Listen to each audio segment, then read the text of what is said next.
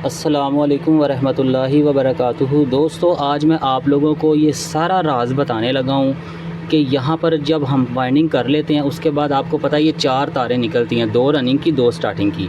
दोस्तों, किसी भी तरह की वाइंडिंग हो, चाहे 8 जमा 8 की वाइंडिंग है, चाहे 6 जमा 6 की वाइंडिंग है, चाहे 16 जमा 16 की है, चाहे 14 जमा 14 की है, कोई भी यार वाइंडिंग है ना, सीलिंग फ़ैन की, छत वाला पंखा, किसी भी किस्म की वाइंडिंग का है, जितने भी कोयल उसके अंदर बाहर जौन सी भी वाइंडिंग है, सीलिंग फ़ैन की मैं बात कर रहा हूँ, छत वाले पंखे की।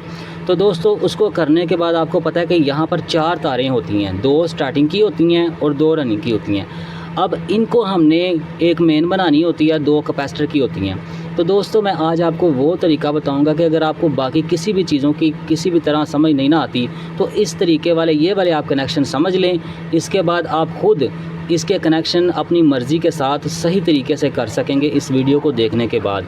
ये बहुत इंपॉर्टेंट क्लास है, बहुत ज़रूरी है ये आप लोगों के लिए। आपने सारा सीलिंग फ़ैन का ये जो कोर्स जो है वो अब तक सीखा है, जितनी भी इसकी क्लासें हुई हैं, तो अब ये क्लास आपने पूरी देखनी है, इसमें से कोई भी ज़रा भी एक भी हिस्सा मिस नहीं करना। तो चलिए दोस्तों, शुरू करते हैं।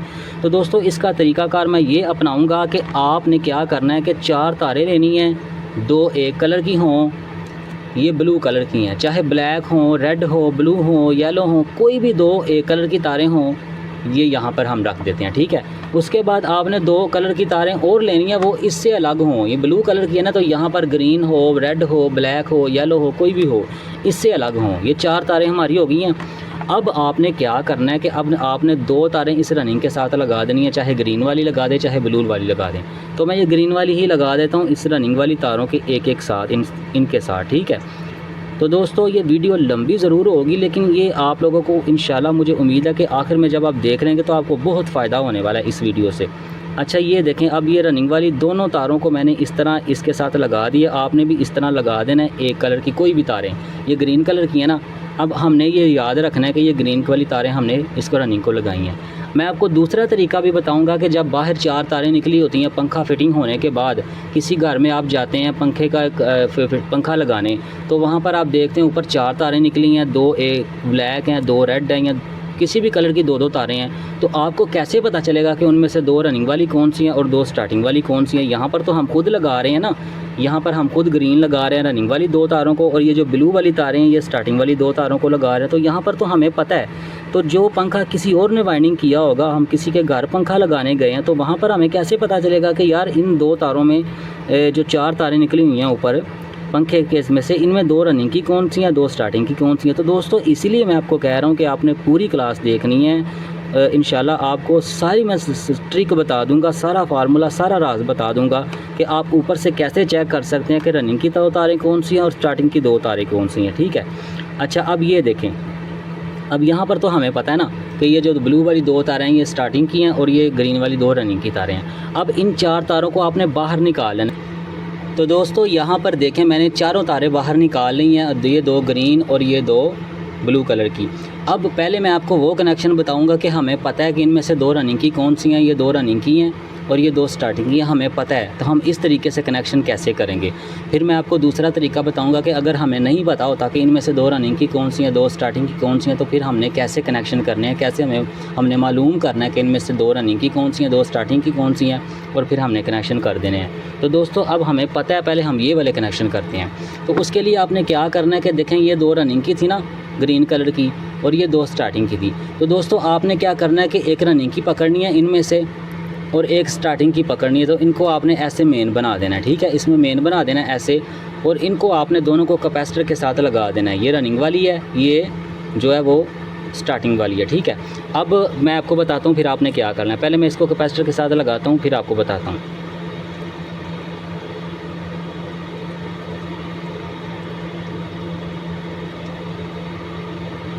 तो दोस्तों, इस तरह करने के बाद फिर आपने क्या करना है कि ये जो 2 तारें हैं ना, इनको अभी आपने बोर्ड के अंदर नहीं लगाना। ये देखें, ये बोर्ड के अंदर अभी नहीं लगाना आपने अभी इसको आपने लाइट ऑफ रखनी है, और इन दोनों में से ना ये न्यूट्रल फेज़, आप इसको न्यूट्रल फेज़ समझें।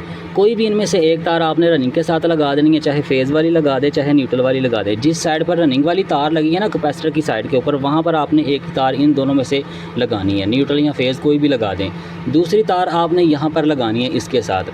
इसको लगाने के बाद अब आपने पंखे को अच्छे से पकड़ना है, अपनी सेफ्टी करनी है, तारों के ऊपर टेप वगैरह करके फिर आपने इस जो स्विच है ना इसको बोर्ड के अंदर लगा देना, बिजली के बोर्ड के अंदर, पीछे से लाइट को ऑन कर देना है। तो जब आपका पंखा चलेगा ना, अगर तो आपका पंखा के चक्कर सीधे होते हैं, वो कैसे होंगे, आपका पंखा नीचे से इस तरफ घूमेगा। जब आप नीचे खड़े होकर देखेंगे तो आपके बाएं तरफ जाएगा इस तरह, वो आपको हवा नीचे आएगी। फिर आप समझ जाएंगे कि आपने कनेक्शन ठीक कर ली है, फिर आपने कुछ नहीं करना, बस जैसे टेप हो गई है, कनेक्शन मुकम्मल हो गए हैं, ओके कर देना है। लेकिन दोस्तों अगर आप नीचे खड़े होकर देखते हैं तो आपका पंखा इस तरफ घूमता है, तो इसका मतलब होगा कि हवा नीचे कभी नहीं आएगी, क्योंकि वो उल्टा चल रहा होगा तो हवा ऊपर जाएगी।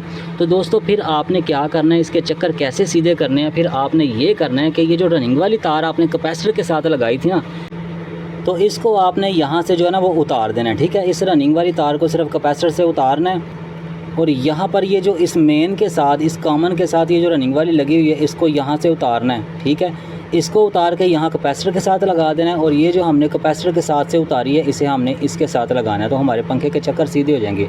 ये देखें, इसे मैं यहाँ से उतार लेता हूँ। ठीक है जी, ये यहाँ से उतार कर आपने इसको लगाना है कैपेसिटर के साथ। ठीक है, और जो कैपेसिटर के साथ लगी थी उसे हमने उतार कर उस मेन कॉमन के साथ लगा देना है। ठीक है, इस तरह ये देखें, अब ये जो हमने कैपेसिटर से उतारी थी ये आपने फिर यहाँ पर लगा देनी है। ठीक है जी, तो अब आपने न्यूट्रल फेज़, एक न्यूट्रल या फेज़ इस पर देनी है और दूसरी इस रनिंग वाली के ऊपर देनी है। यानी कि आपने अब क्या करना है कि ये जो दो वापटा वाली तारें हैं इनमें से एक फेज़ या न्यूट्रल इस पर दे देनी है ऐसे, और दूसरी आपने इसके ऊपर दे देनी है इस कॉमन के ऊपर। तो आपके पंखे के चक्कर जो है वो सीधे होंगे, आपका पंखा इस तरफ चलेगा। अच्छा, तो दोस्तों अगर इस तरह करने से भी इसके चक्कर सीधे ना हों, जैसे मैंने आपको अभी ये तरीका बताया कि आपने ये कॉमन वाली रनिंग इधर कर देनी है और जो यहाँ लगी हुई थी वो उतार के यहाँ कर देनी है, इस तरह करने से भी अगर इसके चक्कर सीधे ना हों तो फिर आपने क्या करना है, फिर आपने ये जो कैपेसिटर के साथ स्टार्टिंग वाली लगी है ना इसको उतारना है यहाँ से। ठीक है, इसको भी उतारना है, रनिंग वाली को यहाँ से। ठीक है, फिर इन दोनों को आपने ऐसे कॉमन बना देना है, इनको आपने ऐसे कॉमन बना देना है यहाँ पर, और जिनको आपने कॉमन बनाया था ना इन दोनों को, इनको आपने कैपेसिटर के साथ लगा देना है। ठीक है,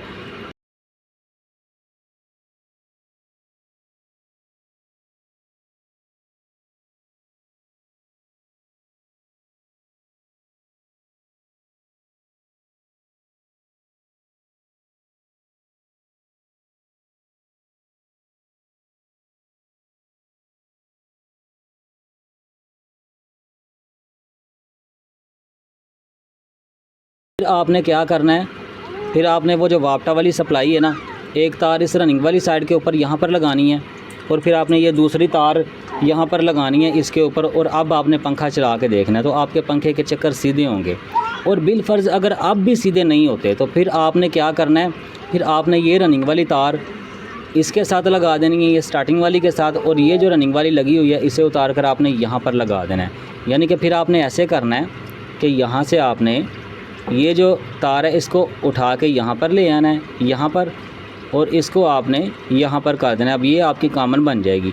ठीक है, और ये आपकी यहाँ कैपेसिटर के साथ लग जाएगी, और इसके साथ आपकी एक वापटा वाली ये तार लग जाएगी, और दूसरी आपकी यहाँ पर लग जाएगी।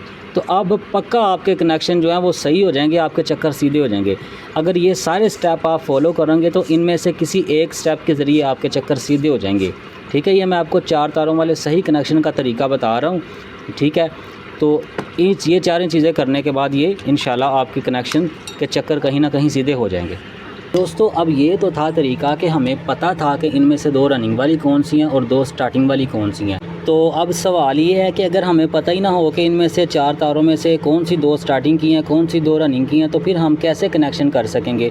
तो कोई तरीका ऐसा तो होना चाहिए जिससे हमें ये पता चल जाए कि इनमें से 2 रनिंग की कौन सी हैं, 2 स्टार्टिंग की कौन सी हैं। फिर बाकी कनेक्शन का तरीका तो मैंने आपको बता ही दिया कि कैसे आपने सीधे चक्कर करने हैं, क्या सारा मामला करना है। तो दोस्तों जी हाँ, इसके भी 2 तरीके मैं आप लोगों को बताऊंगा कि आप ऊपर से ही इन 4 तारों को चेक कर सकते हैं कि इनमें से रनिंग वाली 2 कौन सी हैं और स्टार्टिंग वाली 2 कौन सी हैं।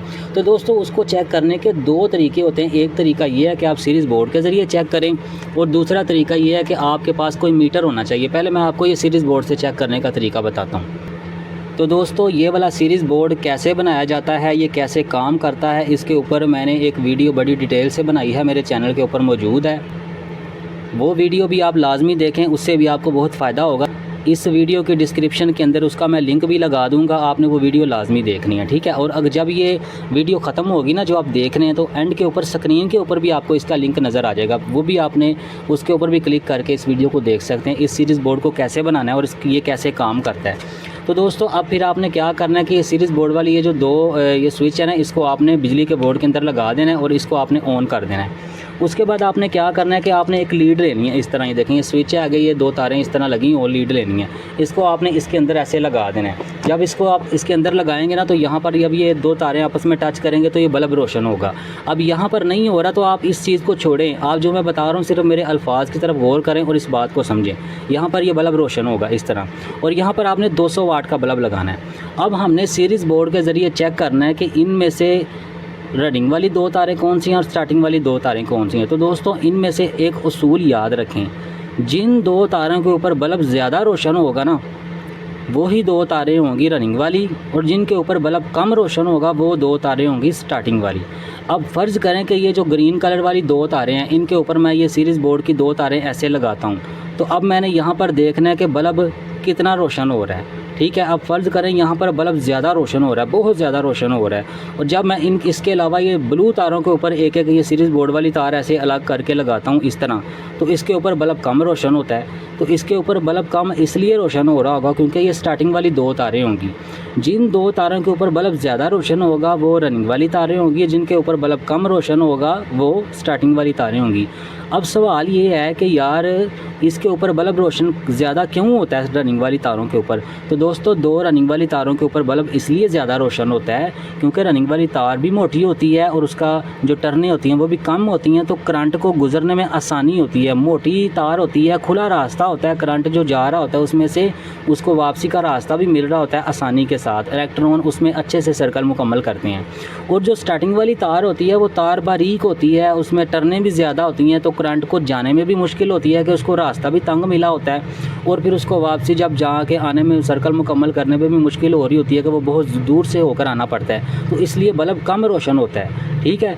तो दोस्तों यही वजह है। अब ये तो था तरीका कि सीरीज़ बोर्ड के ज़रिए आपने कैसे चेक करना है कि कौन सी दो रनिंग वाली तारें हैं और कौन सी दो स्टार्टिंग वाली तारें हैं, ठीक है। मुझे उम्मीद है आपको समझ आ गई होगी।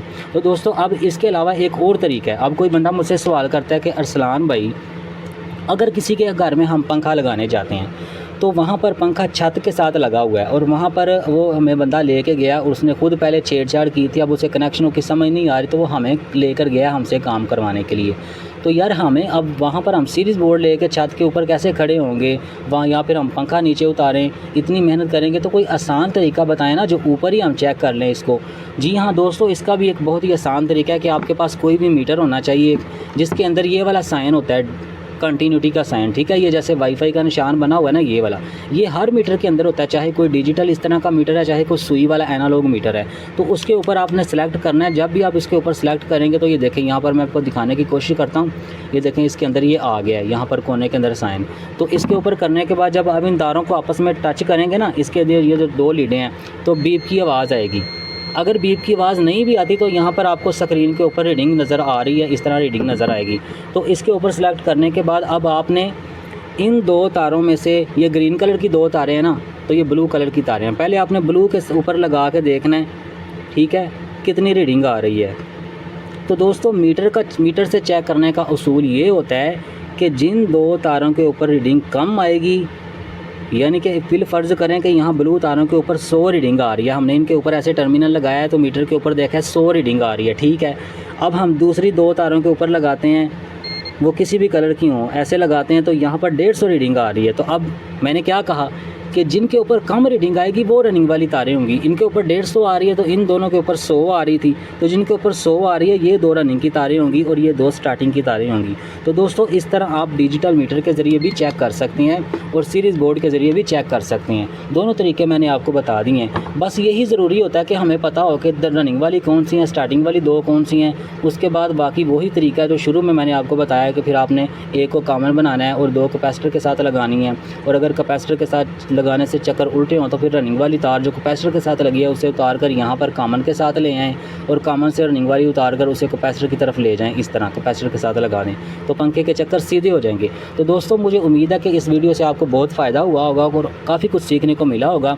तो इंशाल्लाह अगली क्लास के अंदर ना हम सीलिंग AC/DC सीलिंग फ़ैन की मुकम्मल वायरिंग करने का तरीका मैं आप लोगों को सिखाऊंगा। तो फिर इंशाल्लाह ये हमारी सीरीज़ मुकम्मल हो जाएगी, ये कोर्स मुकम्मल हो जाएगा सीलिंग फ़ैन वायरिंग वाला। उसके बाद इंशाल्लाह हम पेडिस्टल फ़ैन पर शुरू करेंगे वायरिंग। तो इंशाल्लाह अगली क्लास के अंदर मिलेंगे, तब तक के लिए अल्लाह हाफ़िज़। अस्सलामु अलैकुम व रहमतुल्लाहि व बरकातुहू।